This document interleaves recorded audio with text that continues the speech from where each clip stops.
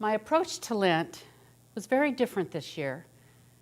And whether it was influenced by our recent trip to New Zealand, perhaps, or knowing that I had this talk following Easter, I approached Lent with a very strong sense of holy expectancy. I really wanted to experience Lent in a deeper way.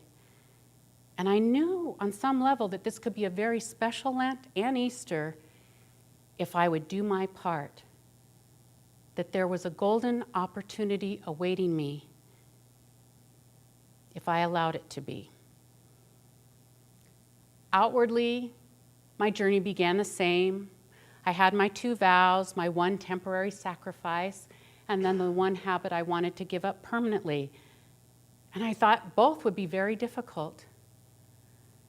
But that turned out not to be the case, for as the days passed, my focus quickly shifted from what I gave up to what I was gaining. And I realized what was making the biggest impact on my Lenten experience wasn't either of my vows. It was that I found myself more dedicated to the Christ than I ever remember being before. I was taking the time to begin each day centered in Christ and aligning myself to the divine Spirit, envisioning myself being in this state of peace throughout the day ahead.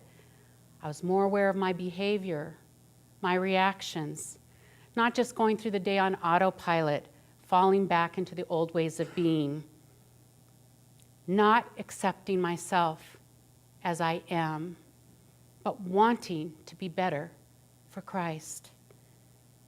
And I had never before experienced this with such consistency.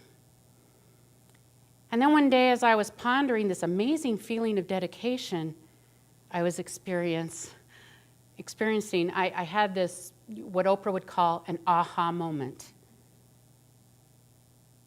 I was no longer viewing my devotional time as a chore on my to-do list,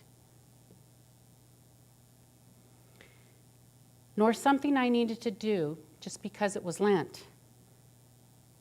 I wanted to do this.